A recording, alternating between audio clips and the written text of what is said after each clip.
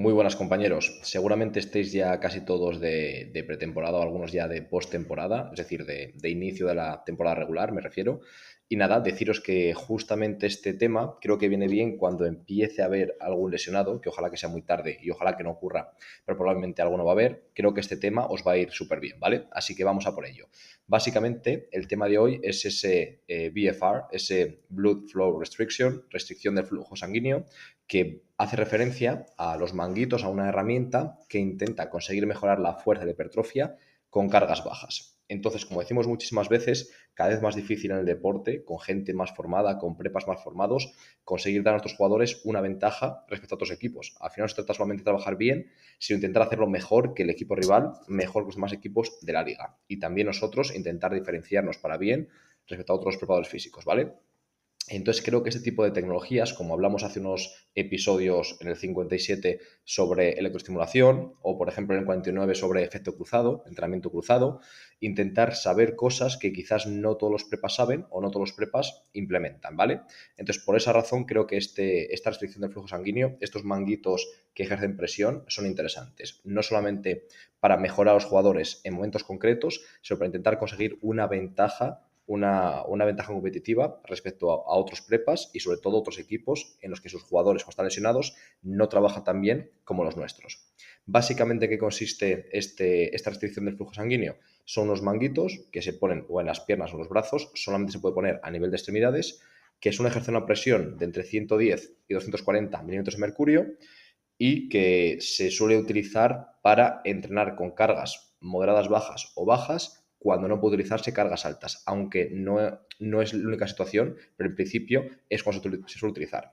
Vamos a enlazar un estudio que tenéis en las notas del episodio, una revisión sistemática que creo que es muy interesante y que en un solo estudio nos deja bastante claro lo que hay publicado, y además lo he elegido porque ha escogido estudios experimentales realizados con gente deportista. Es decir, siempre intentamos que la muestra con la que trabajamos, si son deportistas, sea lo más parecida a la muestra de los estudios que leemos. Entonces tenemos muestra de jugadores de baloncesto universitarios, de fútbol universitarios, luchadores de jiu-jitsu, tenemos diferentes deportistas que va a hacer que las mejoras que han encontrado sean mucho más extrapolables a nuestros jugadores que si fuese, por ejemplo, pues gente sedentaria o gente simplemente físicamente activa o incluso estudiantes de CAFID, ¿vale? Por eso creo que es interesante ese estudio.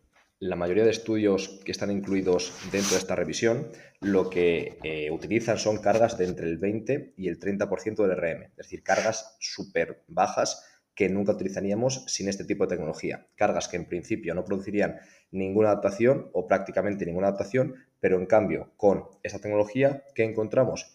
Que 7 de 9 estudios encuentran mejoras significativas en la fuerza, 4 de 8 estudios mejoras significativas en hipertrofia y 3 de 4 estudios mejoras significativas en acciones deportivas específicas. ¿Por qué digo 9 en la primera variable, 8 en la segunda y 4 en la tercera? Porque no todos los estudios medían exactamente las mismas variables. Por ejemplo, las mejoras específicas en el deporte, solamente 4 estudios las evaluaron. Las mejoras de hipertrofia, 8 estudios. Y las de fuerza, 9 estudios, ¿vale? Pero vemos que en principio el balance es muy positivo utilizando muy poquito peso. ¿Por qué razón suele utilizarse ese 20, 30, a lo mejor 40% de RM? Porque al final tenemos como dos vías principales para la hipertrofia. La más importante, que sabemos que es la tensión mecánica, que es la reina, ¿vale? Es la que siempre buscamos o casi siempre buscamos, pero también queremos un cierto equilibrio junto al estrés metabólico. Tendríamos, por así decirlo, en el podio, lo primero, lo más importante, tensión mecánica, meter kilos, producir tensión sobre la fibra muscular que hace que esa fibra tenga que adaptarse y crezca. En segundo lugar, el estrés metabólico, que en principio es un poco redundante, es decir, si tienes ya mucha tensión mecánica, mucho estrés metabólico no ayuda tanto como si te falta la tensión mecánica. Y aquí es donde entra esta restricción del flujo sanguíneo. Y luego, en tercer lugar, muy por detrás está el daño muscular. Hace años se pensaba que era un requisito y ahora sabemos cada vez de forma más clara que es una consecuencia y no tanto algo que haya que buscar. Entonces, en principio, lo más importante para generar hipertrofia es la tensión mecánica, que además nos aporta también muchísima fuerza, y dar ciertos toques de estrés metabólico.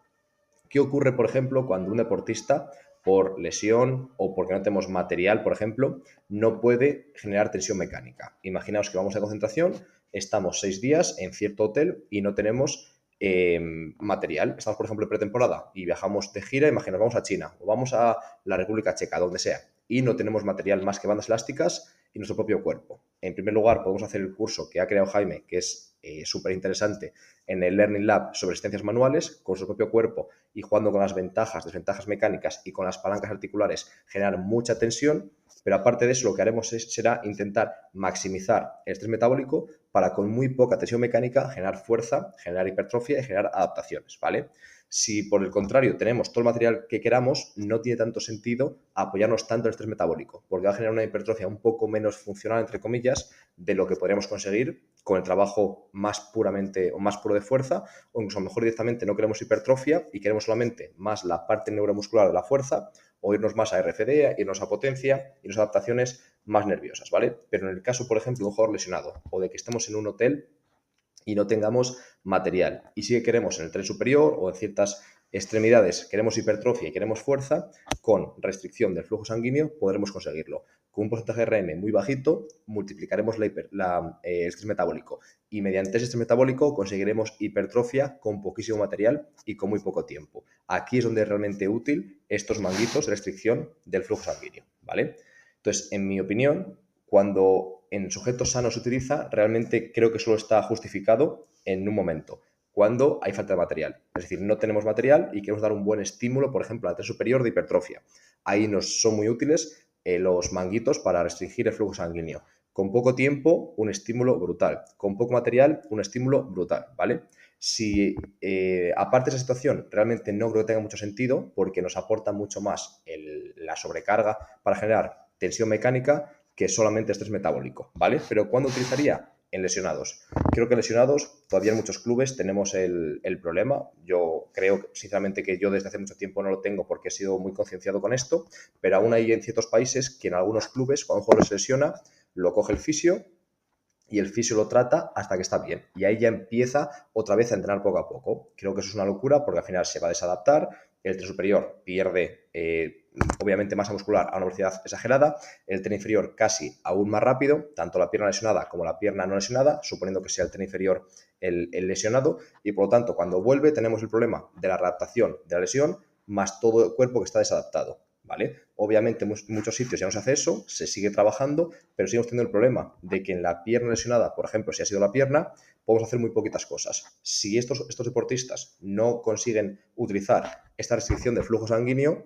van a perderse muchísimas adaptaciones que podrían seguir consiguiendo. Es decir, no solamente no empeorar, sino incluso mejorar. Y si además lo combinamos con la EMS, lo que decíamos, esa electroestimulación que comentamos en el episodio 57, podremos mejorar aún más. De esta forma tenemos a un jugador que al volver puede ser tan fuerte como antes o incluso más fuerte en ciertas situaciones o en ciertos rangos articulares por haber seguido trabajando en este momento. Es decir, no solamente no atrofiamos, sino que podemos mejorar e incluso hipertrofiar en ciertos rangos articulares o ciertas porciones musculares. Y además, si conseguimos ir un paso más allá y enfocamos el trabajo de la pierna sana con fuerza excéntrica, sobre todo a alta velocidad, sobre todo en la parte más distal de ese movimiento, como explicamos en el episodio 49, conseguiremos que mucha parte de la mejora realizada en ese miembro se transfiera al contralateral por el entrenamiento cruzado, ¿vale? Aunque, como decía a veces Jaime, mi compañero, en un curso que hicimos, en el workshop de Valladolid, si me llevan está bien, pero prefiero conducir yo. Es decir, si puedes hacer entrenamiento cruzado está genial, pero si además de eso puedes hacer algo en el propio miembro lesionado, mucho mejor. Y aquí entra el EMS, la electroestimulación, y también la restricción del flujo sanguíneo. Entonces, de esta forma es la mayor aplicación que creo que puede tener estos manguitos, ¿vale? Es una tecnología barata, es una tecnología que requiere, por así decirlo, poca formación, simplemente familiarizarse, y después es importante controlar los milímetros de mercurio, la presión. ¿Por qué? Porque aunque tiene ciertos rangos recomendados, vais a ver cómo hay gente que lo tolera de forma relativamente bien y gente que le resulta súper aversivo y que no pueden realmente soportarlo, y habrá que ir mucho más suave y no pasa nada. Algo que ocurre con la electroestimulación, pero creo que es una muy buena herramienta para conseguir trabajar en momentos críticos, como es cuando un jugador está lesionado y no puede utilizar realmente la articulación como debería. Deciros, como siempre, si tenéis cualquier duda, cualquier crítica, si queréis hablar de algún tema concreto, simplemente escribidnos por Instagram o también al correo si queréis, info@sesport.com, e intentaremos tocar esos temas, ¿vale? Venga, un abrazo.